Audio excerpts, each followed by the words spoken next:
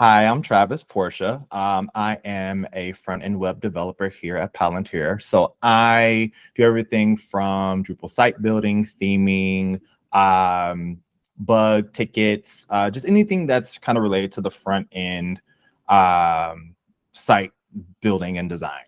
And I'm Cori. I'm a senior project manager here at Palantir.net. I am the project manager for our continuous delivery portfolio, which is our ongoing portfolio of clients, where I manage sort of the budget, timeline, and scope of that portfolio.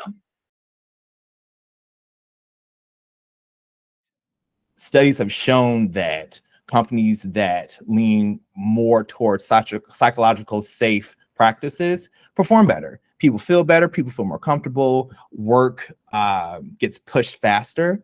And it just feels great when everybody feels like they're an equal contributor to a project. I am super passionate about it. So Travis is talking about how we operate in an agile way, that we're non-hierarchical, but I think it's quite easy for people who especially, quote unquote, grew up in institutions that were hierarchical, top down.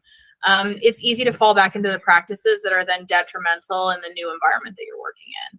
So a lot of what we're going to cover is about how you can leverage these new ways of thinking done by people who are way more experienced than either Travis or myself, how you can take those and implement them in your own workplace, because it does not require kind of like outside involvement. This is a team-based thing that can be accomplished by the team for the team, which is kind of the point.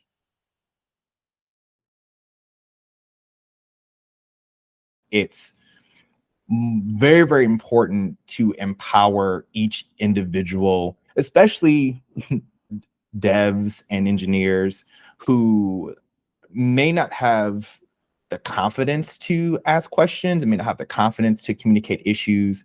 It's more empowering folks who don't really have that kind of background or have that kind of strength to kind of come on out of that, of that shell and bring a little bit more to your workflow.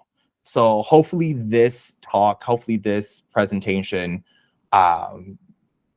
has people leaving here feeling a little bit more confident and actually have tools to use to help them get through some of the roadblocks that they have in communication with the team. One of the things that our audience is going to be able to relate to is the question of like, how many issues is your team having that are technical based versus how many issues is your team having that's communication based?